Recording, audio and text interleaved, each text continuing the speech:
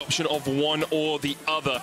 G2 would get the MF if they wanted it. It's going to be Gragas, forced Selfmage to play that 3 times this split. Has won every single time he's picked it up. So now the question is, what do G2 choose to prioritize?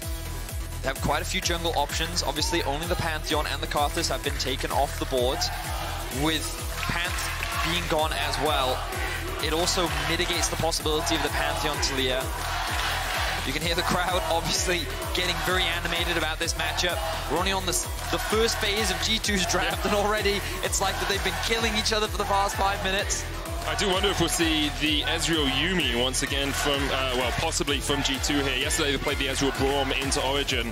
Yuumi's still available, still very strong, and can give you... I feel like if you pick the Yuumi this early on, that it obviously showcases a lot of information. I think G2 should focus on getting an early jungler, and they're actually going to go for the Olaf. Now, I think that Olaf is one of those champions that is high risk, high rewards, but if any jungler can pull it off, it would be Jankos. We saw how hard he punished Xerxes on the Zac matchup yesterday, and I imagine that Jankos is capable of doing it again, but he needs a strong mid laner. Fortunately, G2 have the counter pick on the red side, so we imagine Perkz' pick will be saved for last to ensure a strong 2v2 for G2 Esports. Fnatic deciding to give Hylissang something he is comfortable on. That Rakan, very good for engage, good at disengage as well if you need it in those late game team fights. Of course, Xayah is a good team up forward, and Rekkles hasn't played that yet this split, but he has very good knowledge of that champ. Yeah, you would imagine it's going to be a priority, but the Sett is actually going to be the priority champion.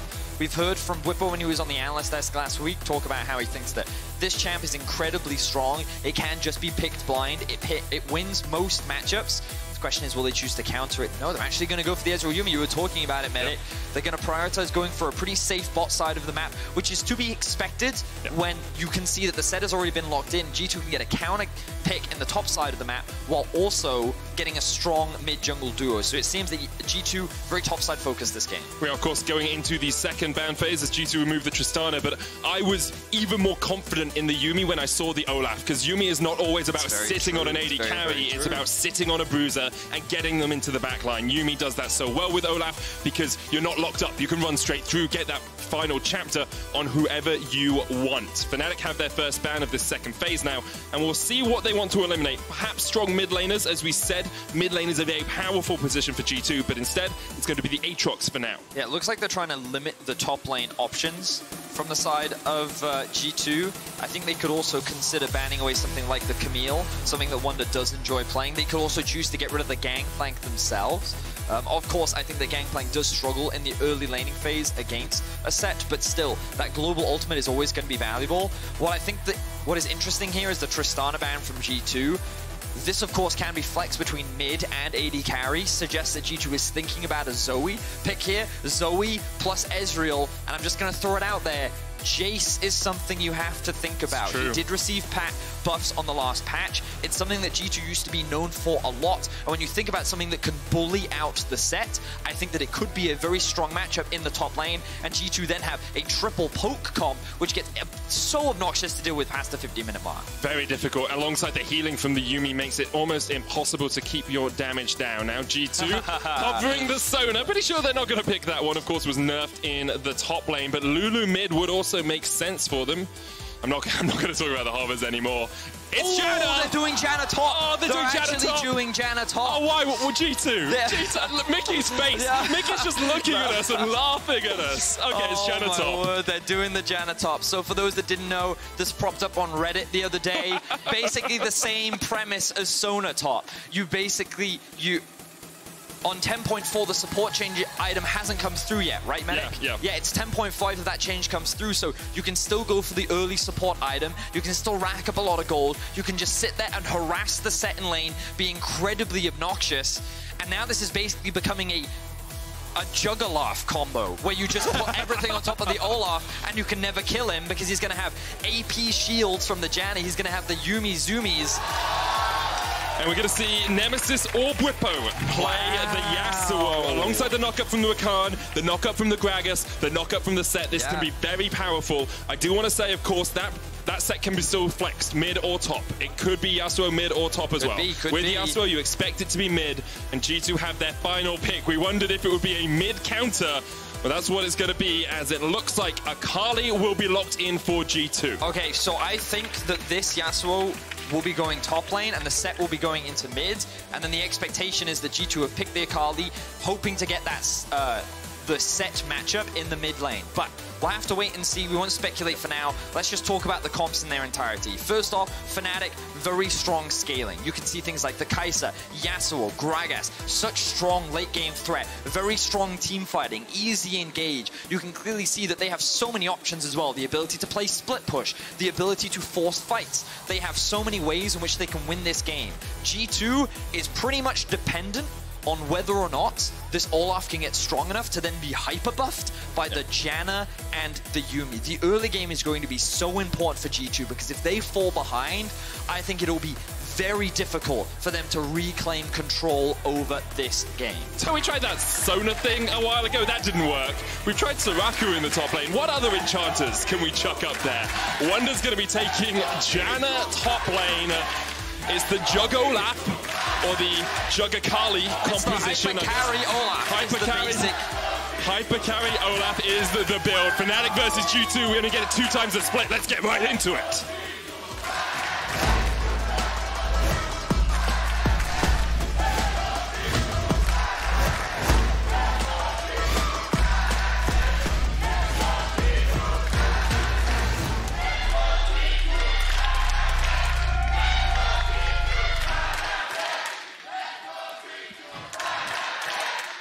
The crowd taking turns to cheer on their teams, and as we jump on into the game, I want to just tell you guys about how bloody these two teams are. You can see here the combined kills a minute leaderboard in the LEC all time. G2 in summer, Fnatic in summer last year at the top, but 2020 spring G2 sits at just under a kill a minute.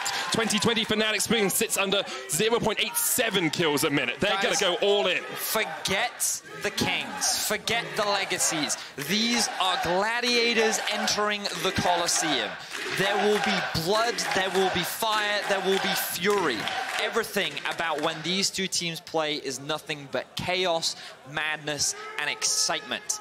And that's what makes this matchup so exciting. We highlighted how much these two teams love to fight. It gets even more exacerbated when they play against each other. So without further ado, let's jump straight into the game. Let's talk about what these junglers are planning to do, and let's look at these early game options. So, Jankos starting on the bot side, Selfmade doing the same thing. Selfmade could choose to do a full clear on his bot side, and then look for either an early scuttle in the river, or maybe a mid lane gank.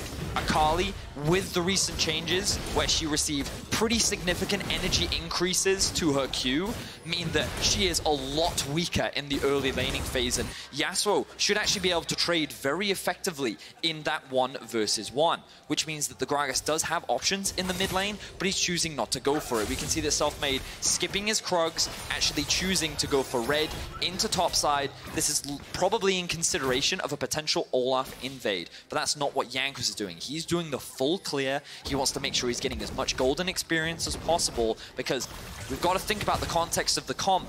This is the hyper Jankos carry game. This is the game where he is going to get knocked up early on, but he's just healed up by the Yuumi. Do you want to bring attention to the Relic Shield on Mickey? Some people will think, why not get a Spell Thieves on Yuumi? You're going to get a lot of poke down, but because you don't want to rely on that poke, getting the Relic Shield means you just jump off, you proc it on a minion, and you're guaranteed that gold and that income. Fair enough. And also you can see the same support items sitting on top of Wunder right now. His focus is not really on farming. He will of course take some of the last hits, but he just wants to harass. He just wants to pick up as much gold as he can. And he's going to be extremely obnoxious. He's already like halfway stacked up on his support item. And one of the great things about this is it means that you have 2 supports, which means you have so much extra vision. And that's really difficult to deal with in pro play because you only have a limited set of options to be able to actually clear away this vision. So if there's twice as many supports, then you can see how much harder that actually becomes to play around. So Jankos has completed a full clear of his jungle, stolen away the Scuttle Crab that Selfmade was on his way towards, and is now basing at 28 farm, only 4 minutes into the game. Selfmade is an entire Krug camp. Coming from the top lane difference, of course, all the extra gold that is being built up on top of the Janna is where this is going to come from. And the fact that I believe Wunder actually got dived extremely early on when he played the Sona top lane. He did. Which is largely what made that matchup so much harder for him. He never had the opportunity to roam, and I think he also ran TP, which is something I'm never really a fan of. I think it's much better to run things like the heal or like barrier. He tweeted afterwards that he would have liked to go Ignite Dark Harvest in the lane. That's also solid as well. And you can see he's running the Comet mainly because he's just going to poke in this matchup. That's what he wants to do, generate as much gold as possible, and the wave is just going to come underneath this tower. Again, we'll see how much of it he actually chooses to last hit, because you kind of want to stay under a certain threshold, otherwise you can't take advantage of your pass. You take the minions that give you a lot of gold, and you leave the minions that don't give you as much gold. So usually cannons, 1 or 2 of those melee look creeps. At it just die. It's kind of sad. Minions die all the time, Betty. That's why these. But it's the gold that's being wasted. Okay, so it's only good if you kill a minion if you then steal its gold afterwards. Of course, that you want to benefit from it. And he's also setting up the wave where it's actually pushing towards him as well. This really sucks for Bwipo. His top lane wave is not in a comfortable spot right now. We also have to talk about the fact that Bwipo is actually running Predator. Now, this is quite interesting because we don't commonly see this on the set. And he's actually chosen to go for very early boots of swiftness. This is great against Janna, who's going to keep applying those slows with the W, and it's also going to give him a lot of tools to be able to roam around the map. He knows that a Janna, when you're playing in the top lane, you actually don't spend a lot of time top lane. You get to a certain point and then you just roam. Yep. And you'll start to funnel a lot of the farm onto people like Jankos, because you want him to be the hyper carry, of course. So Bwipo has adapted his runes to be able to try and follow and match this Janna so that she's just not causing chaos in the Rift. Hylissang's going to jump in here in the mid lane. Perkz ignited, trying to get away underneath the tower, but Rekkles is on the chase. Perkz splashes away, and that won't quite be enough damage from the Void Seeker, but that's a big wave to lose to the turret, and Perkz has to give it up. Does have the teleport if he wants to come back in. Of course, that can always be a little bit dangerous. Loves a kill there while not really burning much in exchange. Now we see Jankos trying to make forays into the Fnatic jungle. He's only just slightly ahead of Selfmade. Both of them gone for the Stalker's Blade first. Selfmade, of course, running the Predator. Jankos looking for the first dragon of the game. Perkz pushed up mid. Mickey and Caps did the same in the bottom lane. Wunder knocked up here by Bwipo. I don't think Bwipo is going to be able to chase too much further, as Wunder could lock him down underneath the turret. Of course, the disengage tool of the Monsoon on the Janna, very good as well if Bwipo oversteps. So the one thing I do want to talk about, Medic... Let's do it, Betty. Because the teams are primarily just farming right now, I don't expect a huge amount of action. As I say that, Nemesis actually looking for a roam top. I think there is a wave stacking, and the Gragas is on the way as well. I think they want to try and dive the Janna right now. We promised the people kills, and kills they may get. Bwipo looking for the dive on Wunder. Wunder's going to pop the heal for the movement speed. Nemesis on the chase as well, but good map sense there from Wunder. No vision for him, and he's just like, well, we don't know where mid lane is. I need to get out of here. Yeah, it was just the communication coming in from G2. They were like, yo, you need to disengage. Not the end of the world for Wunder, of course. He doesn't mind if he loses all this farm. The experience is the bigger pain point for him. But again, he's playing support. He's already got himself a Seeker's Arm Guard, so he's going to be mitigating a lot of the harassment that can potentially come out from Bwipo. And this will also give the opportunity for Selfmade to steal away a red buff, which is definitely what you want to be doing against the likes of an Olaf. So Fnatic playing this early game, very controlled, very patiently, able to find a couple of opportunities, and I like what they're doing in the early game. Things are going pretty well. Of course, they haven't been able to shut down the Olaf just yet, but that's not the end of the world.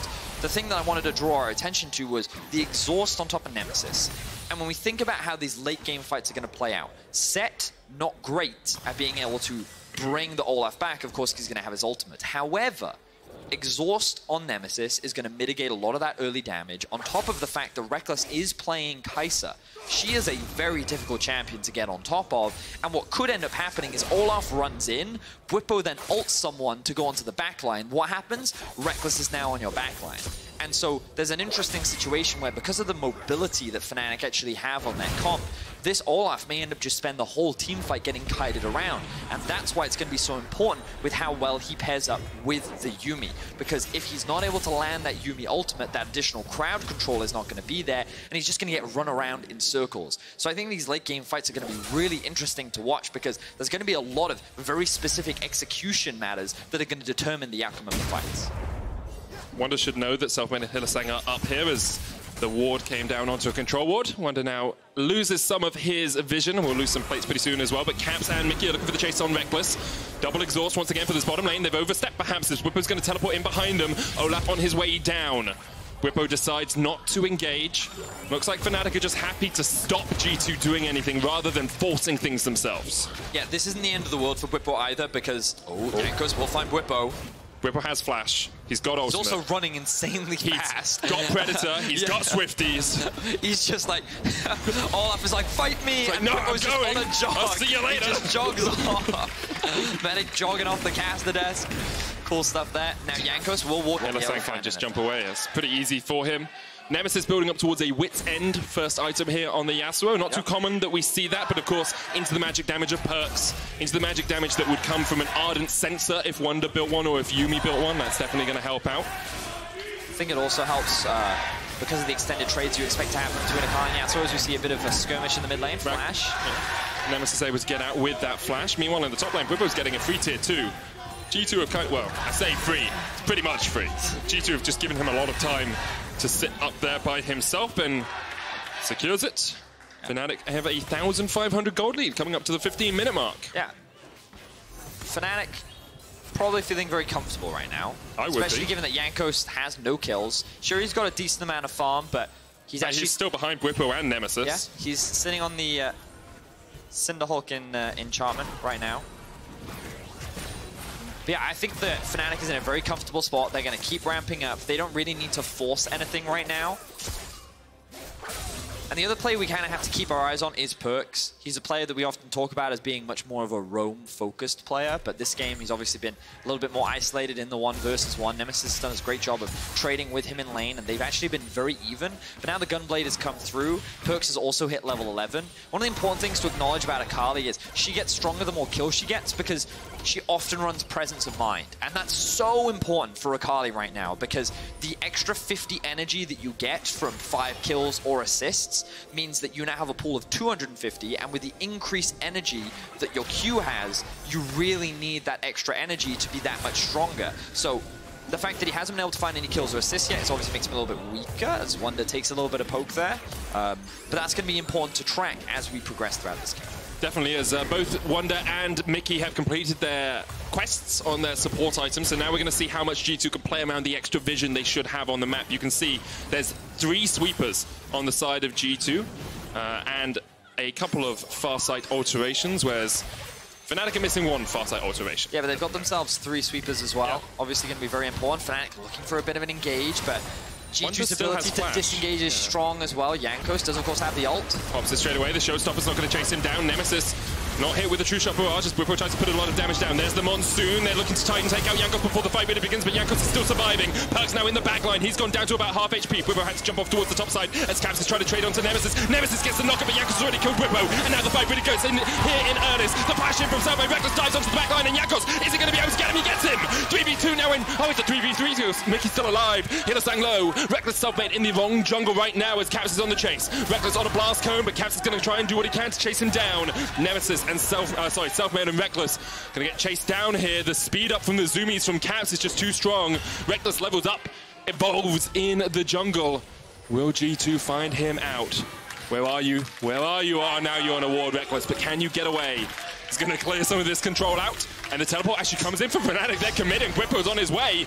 Rekkles can just ring around and Rosies get out through the bottom side of this jungle, and Fnatic get their AD carry out alive. All right, so our first taste of bloodshed between the 2 teams, but Fnatic's now in a position to be able to get a better reset off as Caps is going to be forced to catch this midway. But let's see how this all starts off. Bwipo is looking to get a collapse onto Wonder, but instead finds Jankos. This is where you get to see the power of Olaf in the mid game. He just turns onto Bwipo and is like, yeah, you're squishy. I have my ultimate on. I can just melt through you. Gets all this healing from the Janna as well.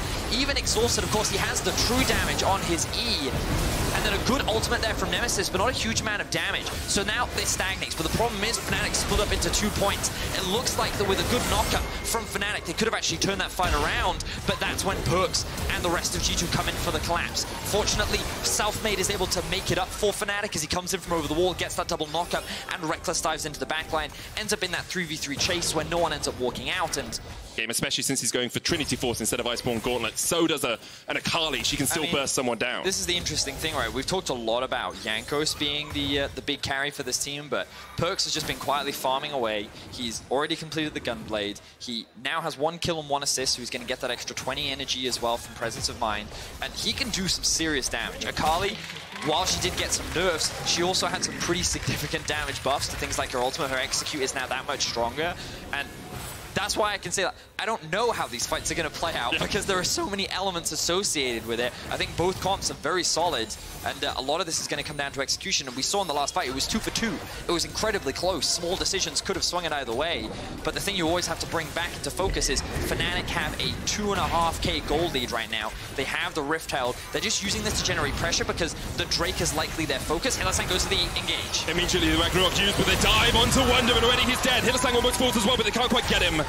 And now it's a 4v5 in favor of Fnatic. They find another kill, equalize it at 3-3. 2,000 gold lead for Fnatic. They're 3 turrets to nil up as well. Looking for the third dragon of the game, but G2 will get priority on it. G2 yet to take a tower this game, Bedia. So if G2 do win a team fight, having a few members left alive, they will be able to get some of that standing gold off the map. This will, of course, give G2 the opportunity to secure the Drake.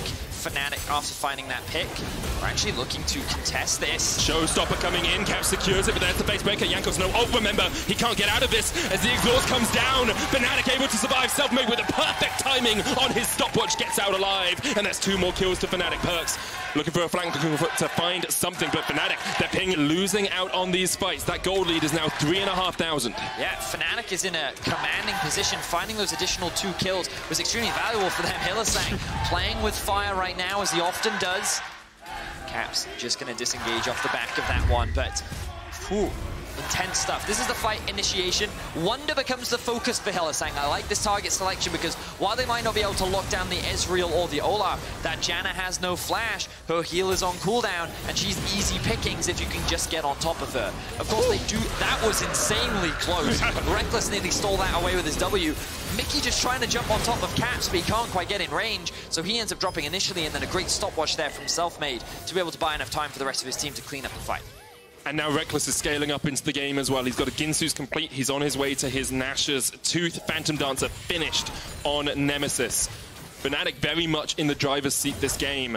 I think it was division amongst most of us as to who would win this game. I gave it to G2 thinking that they showed us more against Origin yesterday than Fnatic had shown us against SK, but Fnatic have been inventive, they've been creative. They have always been willing to take a fight, even if it seemed disadvantageous to them. I also just think that they're using that pressure very well. I like what they did in the early game. They went for the swap exactly at 8 minutes, and while you do expect it against a Janna, it's exceptionally strong, and G2 did nothing to stop it. And in this early game, Olaf has not really found that many opportunities, so the snowball never really got going. And while, again, I still want to iterate that because G2 have double supports, because they still have Akali, Ezreal, their late game is no slouch either. But I look at this comp from Fnatic, and I think that it's going to be very difficult for G2 to play against just because of the sheer amount of mobility that exists on Fnatic's comp. So to me, it looks like the Fnatic is gearing up to be able to find this big win over G2, to be able to cement themselves as the best team in Europe right now. And by taking down this turret, that's a 4-0 turret advantage. Perkz is looking for a flank, but he's not going to find it, and Fnatic seems to be in firm control. They definitely are right now. G2, you can see, basically no vision in their own jungle right now. It's very, very defensive. Ironic when they have 2 supports. Yeah. You know, that just goes to show how much control they have. Hylissang going in. Oh, that was just short from Hylissang. He used the Shurelya's to try and catch up, but the exhaust comes down and forces him away. Now Hylissang, no flash, no Shurelya's, no engage. And G2 will use this time to get more farm onto Jankos in that top lane. Perkz is going to get the first turret of the game as well for our current title holders. There it goes. Continues to mount for Fnatic. Caps has spotted out Bwipo, but he won't be able to lock him down. Okay, so what are Fnatic getting out of the fact that G2 are sending so many people down towards this bottom side? Well, Nemesis is farming Krugs, so... I think a lot of it right now is just farm. Fnatic want to try and catch the waves. They also want to keep pressure up top. One of the big things is that Fnatic can only ever really send Perkz to a side lane, whereas... Sorry, G2 can only ever send the Akali to a side lane, whereas Fnatic can send the Yasuo and the Set into side lane. So they can play a 1-3-1 with which G2 can't match. Unless they want to separate the Janna from their team, in which case Fnatic can then look for a collapse, maybe onto the Janna, maybe force a fight onto the 3 in mid. It looks like Fnatic right now, though, is looking for a collapse onto Caps. Selfmade's got a great flank here. They're looking for Caps. He's got Flash. He dodges out from the explosive casting. Now Jankos is on the chase. There's the Zoomies. Caps down to half HP. Here comes the final chapter, but it's not going to land onto Selfmade. Selfmade trying to get away. In the end, he will fall. Caps secures it. Good collapse there from G2. Knowing Bwipo's in the bottom lane, they could take that fight. And it ends up being a trade of flashes for the junglers, but Fnatic, you can see, they tried to force that play on the top lane. I don't think they needed to force it. They're still scaling, they're still in a great position, but they were looking for an opportunity to catch Caps out off guard, but the rest of G2 were resetting. You can see them coming in from base. Selfmade tries to predict the E, but great patience there from Caps. He does get knocked up here by flashing in, but Nemesis chooses not to use his ultimate. He very well likely could have gotten a kill onto Caps, but he would have lost his life in exchange, so he chooses to disengage while losing his jungler to the Wolves. G2 do find a kill. Gold, though, is still heavily in favor of Fnatic. And I'm loving this game, Betty, because you said it at the start. This is not kings, this is gladiators. This is two people exchanging blows in an arena, and every time you think someone has the upper hand, G2 land an uppercut. Fnatic then strike back with a blow to the ribs, and it's just over and over and over again, and you never really know who's going to come out on top in these fights. Absolutely exhilarating to watch, and now the Cloud Drake is the target for these two teams. Look at Perkz. You can see him in a flanking position. He hasn't been spotted because he's sitting on the control ward, but he's going to be integral in the execution of this fight. This is something we see all the time from Perkz. Reckless. He has no idea how close he is to Perkz.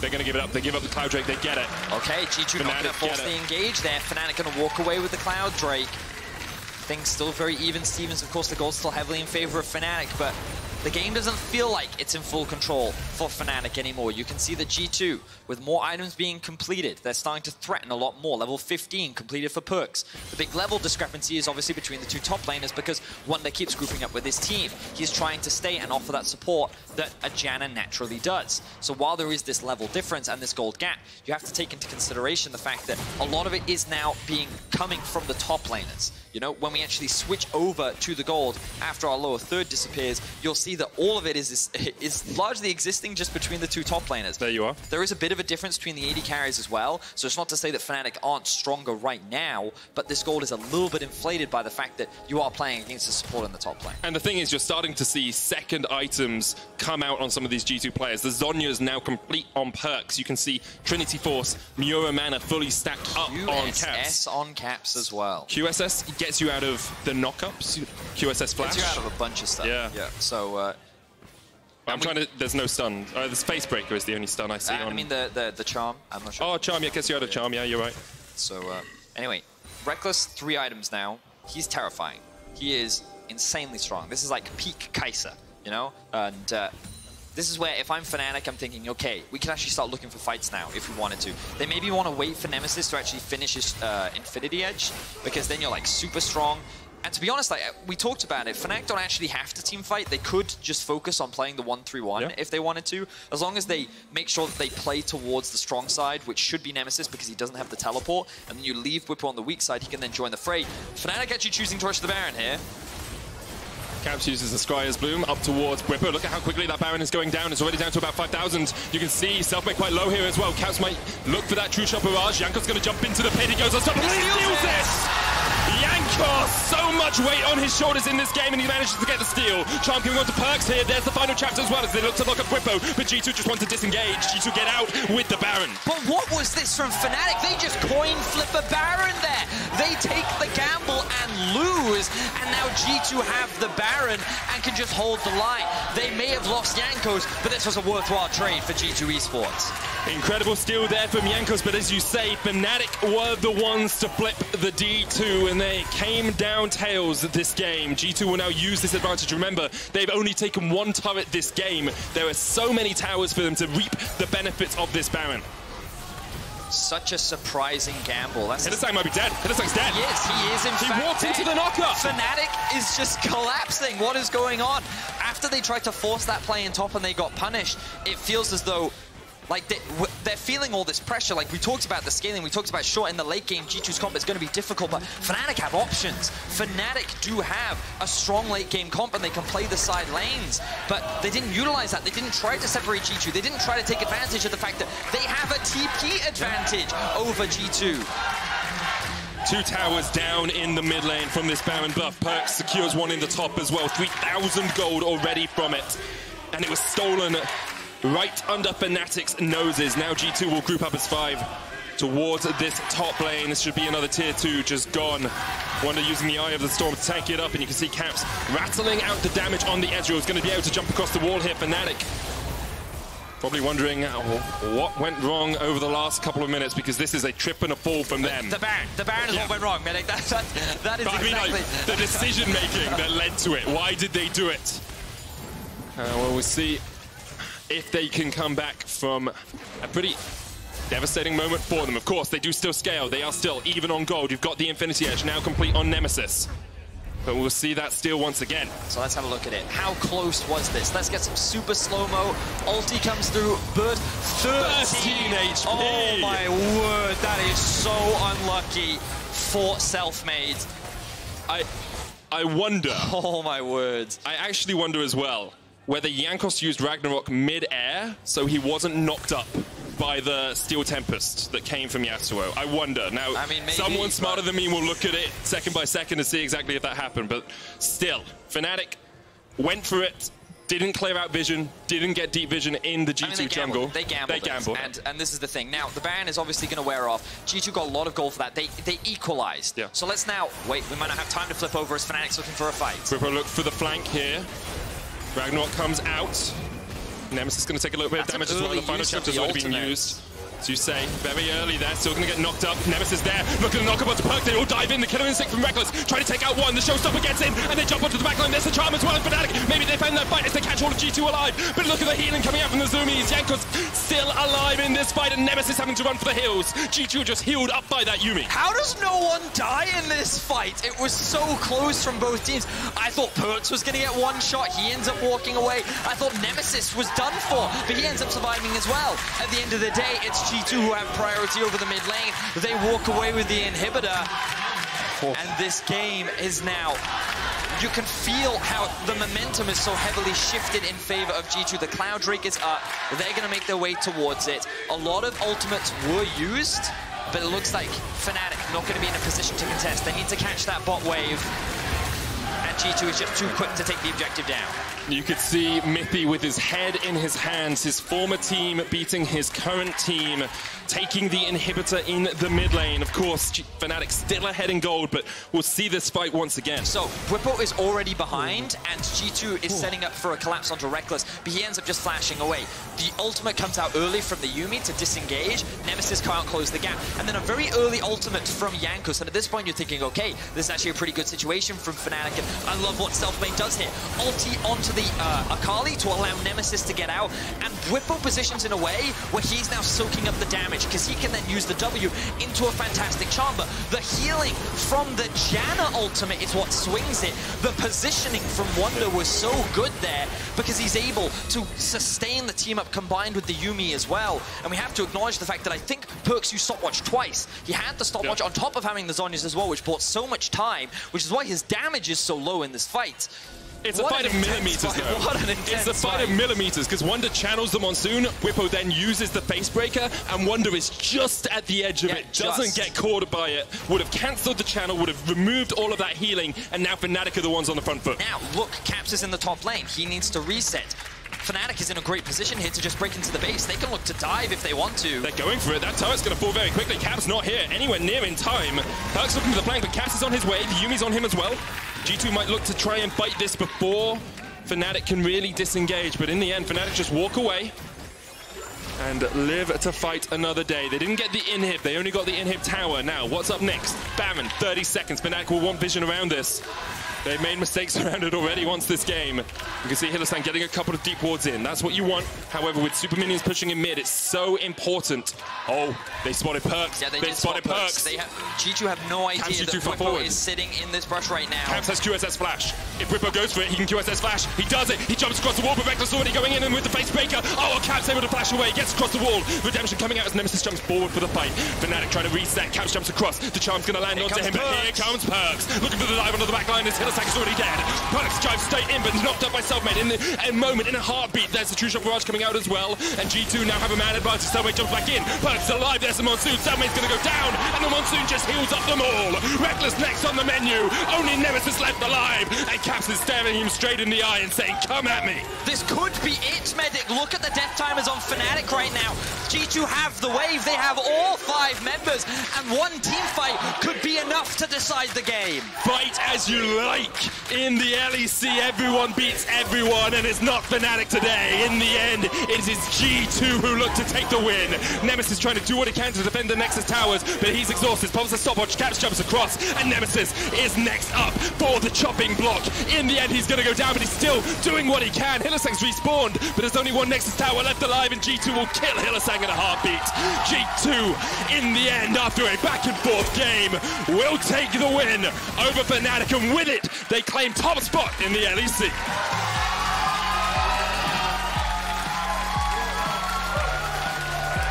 What an intense game. So many of these team fights were decided by such small decisions.